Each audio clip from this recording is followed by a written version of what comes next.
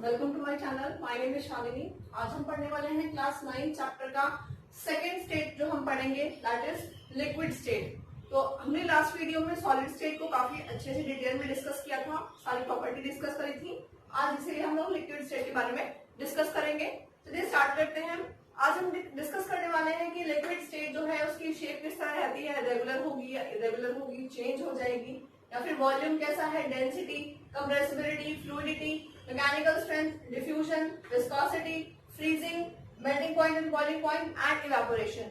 ये सारी प्रॉपर्टीज जो है वो लिक्विड के केस में किस तरह से रहेंगी उनको हम डिस्कस करेंगे। चलिए स्टूडेंट स्टार्ट करते हैं आज की वीडियो। तो पहले हम प्रॉपर्टी डिस्कस करने वाले हैं shape. Let us write down here the first one is shape.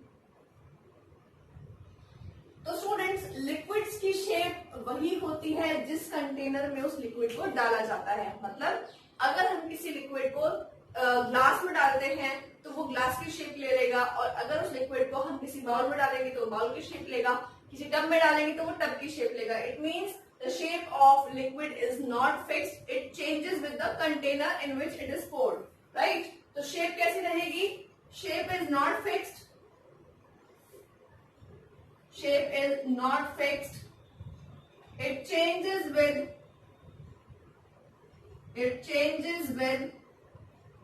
the container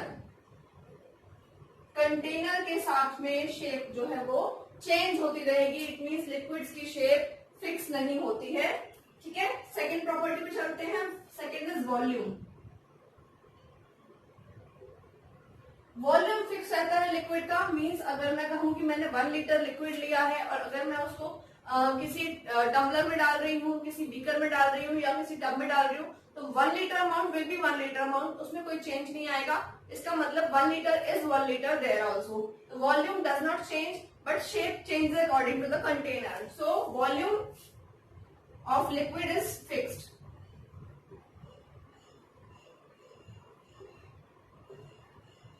liquid का वॉल्यूम कैसा होता है? फिक्स्ड होता है लिक्विड का वॉल्यूम।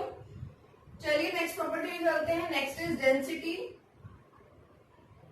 डेंसिटी हमने लास्ट क्लास में पढ़ा था। लास्ट वीडियो में मैंने बताया था आपको कि डेंसिटी होता है मास पर वॉल्यूम। इसका मतलब कि कितना मास कंटेंट है एक पर्टिकुलर वॉल्यूम में। तो इसका मैं आपको एग्जांपल देती हूँ। मैंने मान लीजिए एक बॉक्स लिया है, उसका कुछ वॉल्यूम है, उसके अंदर मैंने सॉलिड्स भर दिए, मतलब मैंने उसके अंदर सैंड या फिर उसके अंदर ग्रेवल्स, छोटे छोटे पत्थर जो है वो भर दिए हैं। उसको अच्छे से भर दिया है, कंप्लीटली भर दिया है। बहुत कम उसमें स्पेस होगी, अदरवाइज उसमें स्पेस नहीं होगी, ठीक है। अब मैं उसको मेजर करती हूँ, उसका वजन कितना है, तो हम उसको नोट कर लेंगे। और वहीं उसी बॉक्स में मैंने दोबारा क्या किया, उसको खाली करने के बाद उसमें वाटर भर दिया या लिक्विड भर दिया उसके अंदर कोई और उसके बाद उसको मेजर किया। तो हम देखेंगे कि डेंसिटी जो होगी वो सॉलिड के केस में ज्यादा होगी, ना कि लिक्विड के केस में। क्योंकि स्टूडेंट्स होता क्या है, लिक्विड के केस में उतनी ही जगह में पार्टिकल्स कम आ पाते हैं क्योंकि पार्टिकल्स के बीच में गैप होता है। अगर मैं डायग्राम से शो करना चाहूँ तो डेंसिटी लिक्विड्स की थोड़ी कम रहेगी, क्योंकि आप देख सकते हैं पार्टिकल्स बहुत पास पास नहीं होते हैं, उनमें गैप रहता है। कुछ खाली स्पेसेस होते हैं जिसके अंदर एयर ट्रैप हो सकती है या वो स्पेस एम्प्टी हो सकती है। तो it means density is less than solids. Density is less than solids. Reason क्या है इस बात का?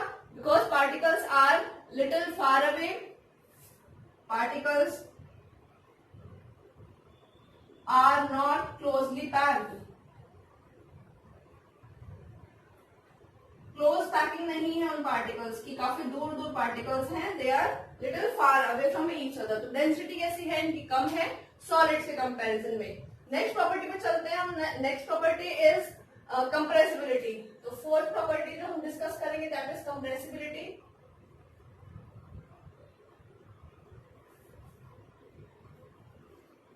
तो स्टूडेंट्स कंप्रेसिबिलिटी का मतलब होता है कि अगर हम प्रेशराइज करें लिक्विड को, लिक्विड एक कंटेनर में है, मान लीजिए मैं उसको प्रेशर लगा रही हूँ और चाह रही हूँ कि वो और कम जगह में आ जाए और कम वॉल्यूम ऑक्यूपाई करे, तो उसको हम बोलेंगे कंप्रेसिबिलिटी।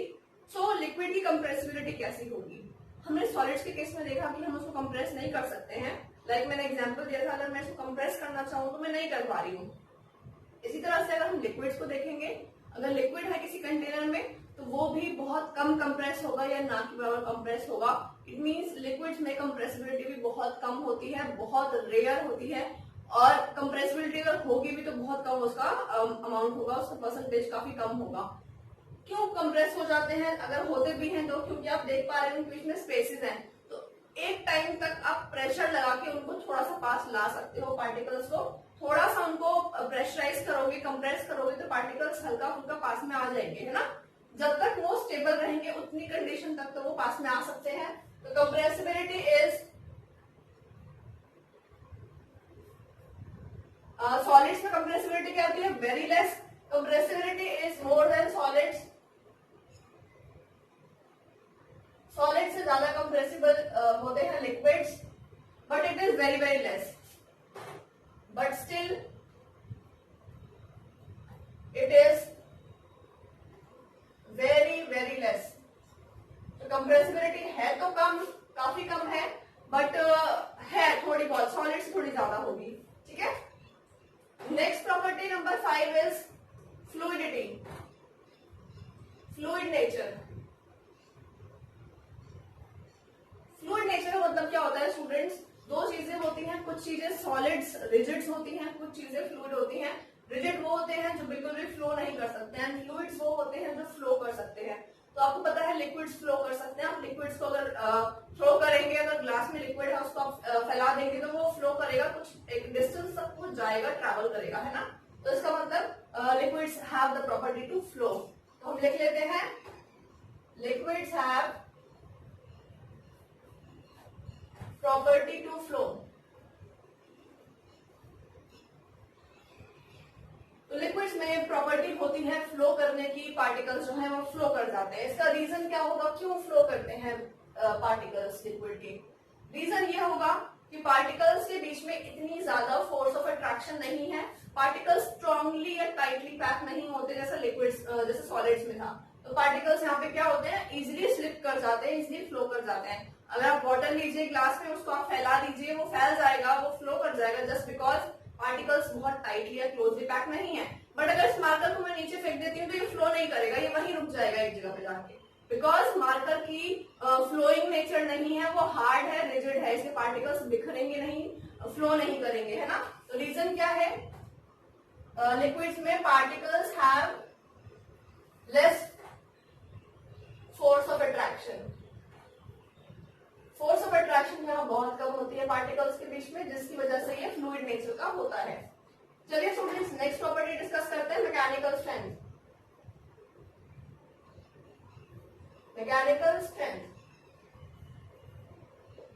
तो मैकेनिकल स्ट्रेंथ कैसी होगी लिक्विड्स के केस में? मैकेनिकल स्ट्रेंथ मतलब क्या हम हैवी चीजें या फिर हैवी लोड्स, क्या ये लिक्विड्स बियर कर पाते हैं? नहीं बियर कर पाएंगे, इनका जो स्ट्रेंथ है वो स्ट्रांग नहीं होता है, they are not very much strong, because क्योंकि उनके बीच में स्पेसेस हैं। तो लिक्विड्स के हम लिक्विड्स के ऊपर हम कोई स्टेबल कंस्ट्रक्शन नहीं कर सकते हैं, because they have the nature to flow, है ना। तो लिक्विड्स के ऊपर हम रिलायबल नहीं कर सकते, रिलायबल नहीं है, रिलाई नहीं कर सकते, जस्ट बिकॉज की मैकेनिकल स्ट्रेंथ काफी कम है। लिख लेते हैं very less, very less mechanical strength.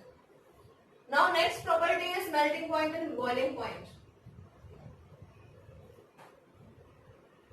तो नेक्स्ट है बॉइलिंग पॉइंट और melting point.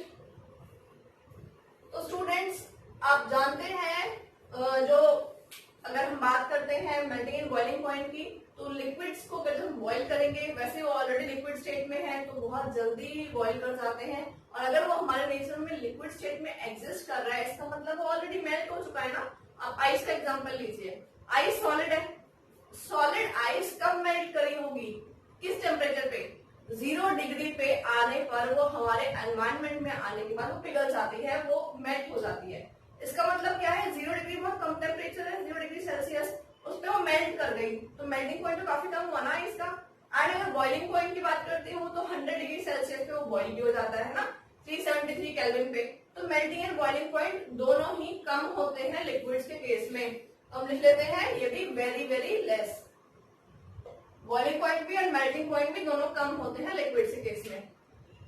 Now come to viscosity, write down viscosity.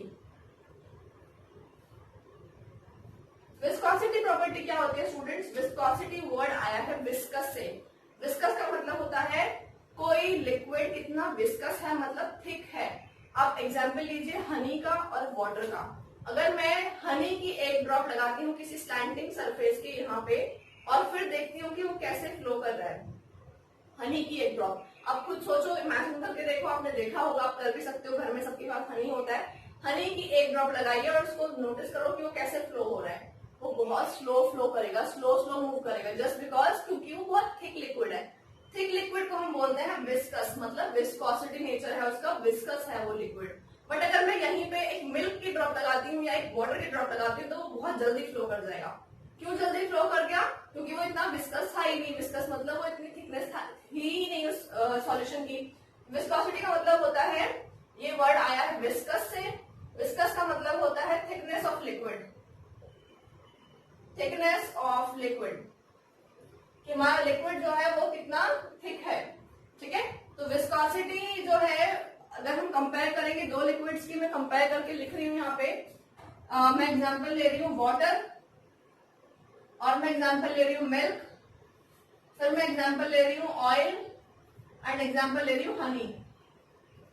तो सबसे ज्यादा थिक लिक्विड कौन है? सबसे स्लो कौन फ्लो करेगा? राइट, हनी।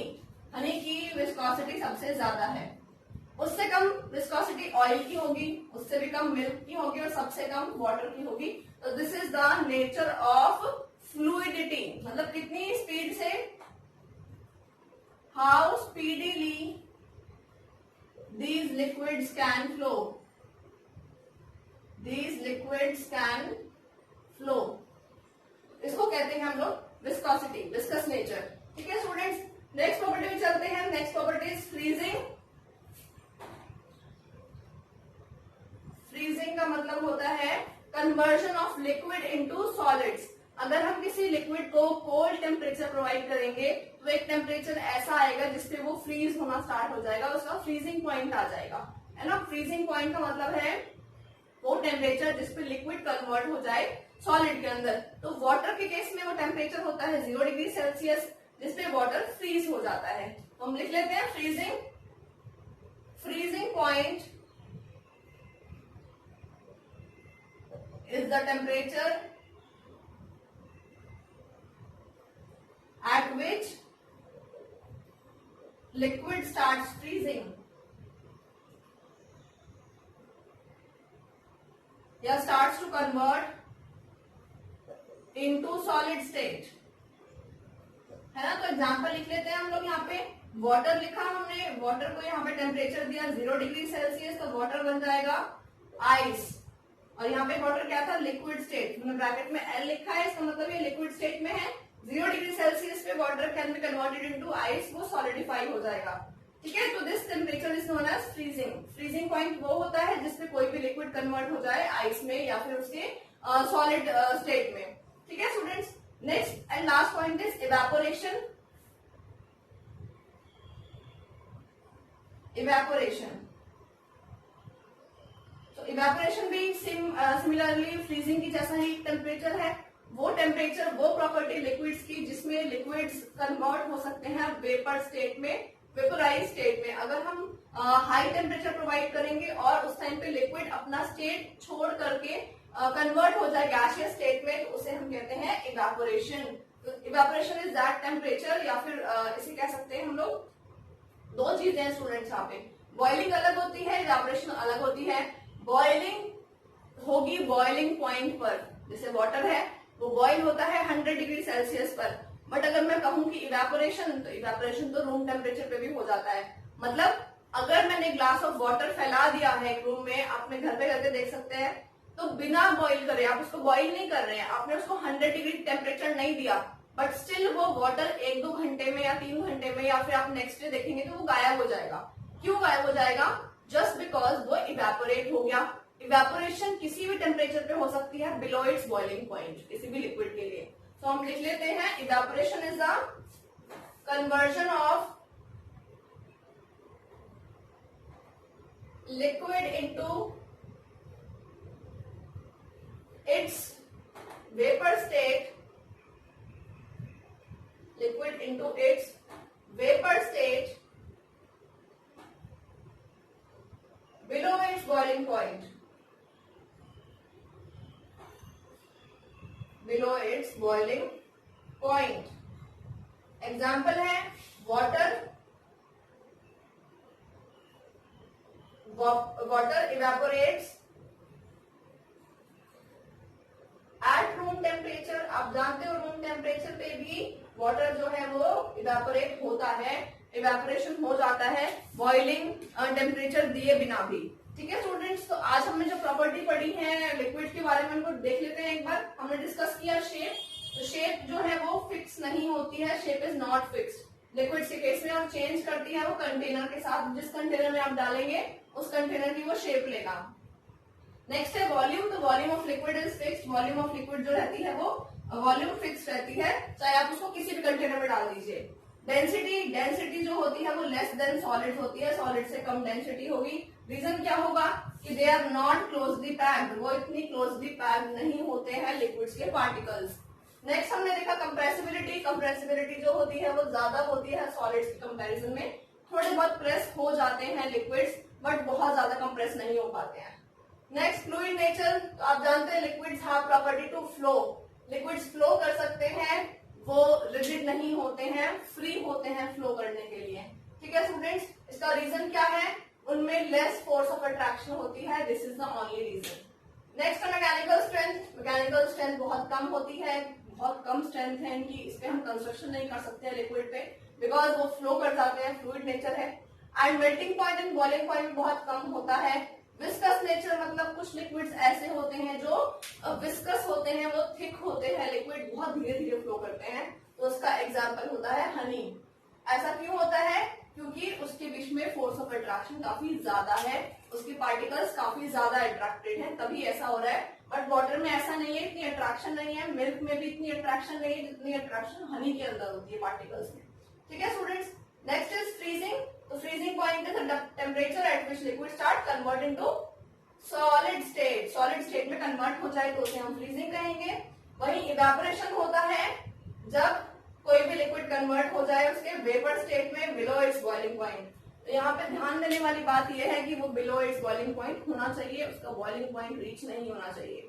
तो स्टूडेंट्स, आज की वीडियो में हमने पढ़ा लिक्विड स्टेट के बारे में। अगर आपको मेरी वीडियो अच्छी लगी हो, मेरी वीडियो को लाइक जरूर करें, मेरे चैनल को सब्सक्राइब जरूर करें। Thank you.